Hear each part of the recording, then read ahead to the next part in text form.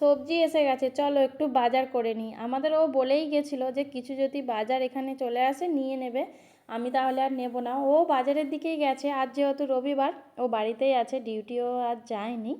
এদিকে দেখো আমি আলু নিয়ে নিচ্ছি, আর এখানে আলুর নাম কি জানো, বাটাকা বাটাকা বাটাকা এরকম করে বলতে হয়। তারপরে আমি নিয়ে নিলাম কাঁচা লঙ্কা। কাঁচা লঙ্কা আমি নিচ্ছিলাম 250, দেখলাম না না অত তো নেওয়া যাবে না, কারণ এখানে ফিস টিস কিছু নেই, এখানে শুকনো হয়ে যাবে। অল্পই নিয়েছি, 10 টাকার নিয়েছি কাঁচা লঙ্কা। তারপরে নিলাম টমেটো, টমেটোগুলো আমি বেছে বেছেই নিলাম, আর মাঝে আমি ভেন্ডিও নিয়ে নিয়েছিলাম। আর এই দিকে দেখো টমেটোগুলো রাখার সময় এমনভাবে তুলেছে, সেটা দেখো নিচে গড়িয়ে গড়িয়ে অত দূর চলে গেছে, সেটাকে আবার আমি আনতে গেলাম।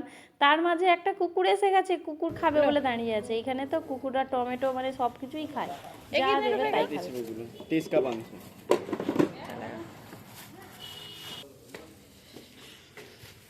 100 টাকার বাজার হয়ে গেল সকাল বেলায়।